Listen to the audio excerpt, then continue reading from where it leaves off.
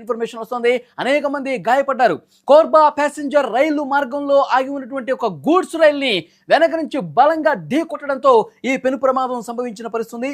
ఢీకొన్న ధాటికి ప్యాసింజర్ రైలుకు చెందినటువంటి కొన్ని బోగీలు పట్టాలు తెప్పాయి. ఒక బోగి అయితే పూర్తిగా ఆ గూడ్స్ రైలు మీదకి ఎక్కేసినటువంటి పరిస్థితుంది. అంటే వేగంగా వచ్చి బలంగా ఢీ కొట్టేసరికి ఒక్కసారిగా బలంగా వేగంగా ఆగి ఉన్నటువంటి గూడ్స్ ట్రైన్ని ఢీ కొట్టడంతో ఆ వేగానికి ఒక్కసారిగా పైకి ఎక్కినటువంటి పరిస్థితి విజువల్స్లో మీరు చాలా స్పష్టంగా చూడొచ్చు. స్పాట్లోనే 6 చనిపోయారు. అక్కడ ఈ ప్రమాదానికి సంబంధించిన సమాచారం రైల్వే అధికారులకు తెలిసిన వెంటనే సహాయక చర్యలు ముమ్మరం చేసినటువంటి పరిస్థితి.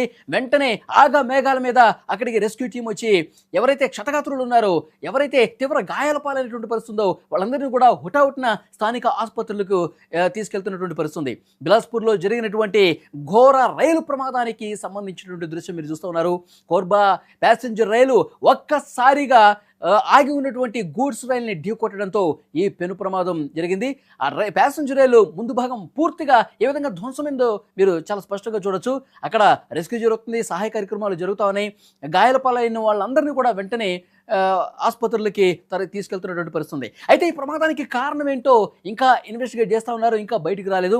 అంటే టెక్నికల్గా ఏమన్నా సిగ్నలింగ్ వ్యవస్థలో లోపాల కారణంగా, టెక్నికల్ లోపం కారణంగా ఈ ప్రమాదం జరిగిందా, లేకపోతే వేరే కారణం ఏమైనా ఉన్నాయా, వేరే కుట్ర కోణాలు ఏమైనా ఉన్నాయా, ఇవన్నీ కూడా ఆరాధిస్తున్నటువంటి పరిస్థితుంది.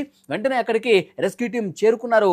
ఆ ట్రైన్ ఏదైతే ఉందో పూర్తిగా ధ్వంసమైపోయి ప్యాసింజర్ రైలు ఆ బోగి మీదకి ఎక్కిందో దాన్ని తొలగించే కార్యక్రమం జరుగుతోంది. అక్కడ హుటాహుటిన వేగంగా వాటన్నిటిని కూడా పెద్ద పెద్ద క్రేన్లు వాటన్నిటిని ఇప్పుడు ప్రస్తుతం తీసుకొస్తా ఉన్నారు.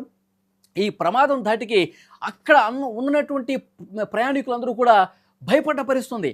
అసలు ఏదో ఒక పెను ప్రమాదం సంభవించిన పరిస్థితిగా అక్కడ కనిపించింది. ఎందుకంటే వెనకాల ఉన్నటువంటి బోగీలు కూడా ఒక్కసారిగా అలికిడికి గురైనటువంటి పరిస్థితి, ఒక్క కుదుపుకి గురైనటువంటి పరిస్థితి. ఏదో అతిపెద్ద ప్రమాదం జరిగిందని చెప్పి వాళ్ళకి అర్థమైపోయింది. ఎందుకంటే వేగంగా వెళ్తున్నటువంటి ట్రైను ఒక్కసారిగా గూడ్స్ ట్రైన్ని బలంగా ఢీ కొట్టి పైకి వెళ్ళి ఈ విధంగా అక్కడ ఆ గూడ్స్ ట్రైన్ మీద కూర్చున్నటువంటి పరిస్థితి ఉందంటే ఎంత వేగంగా వచ్చి బలంగా ఢీ కొట్టిందనేది కూడా చాలా స్పష్టంగా అర్థమవుతుంది.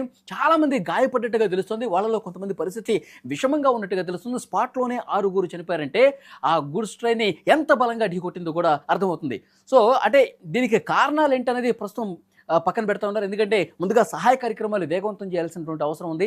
వెంటనే క్షతగాత్రుల్ని ఆసుపత్రికి తరలించి వాళ్ళకి మెరుగైనటువంటి వైద్యం అందించాల్సినటువంటి అవసరం ఉందని భావించి అక్కడ కార్యక్రమాలను చేస్తున్నారు.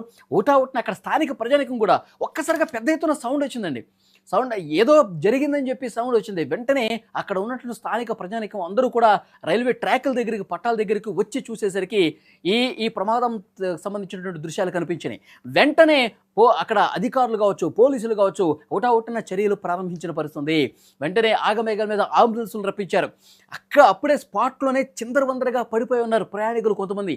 వాళ్ళ స్పాట్లోనే ఒక 6 చనిపోయినట్టుగా రైల్వే అధికారుల నుంచి సమాచారం వస్తుంది. మరికొంతమంది రక్తమడుతూ గాయాలతో కనిపించిన ప్రయాణికులు కొంతమంది ఉన్నారు.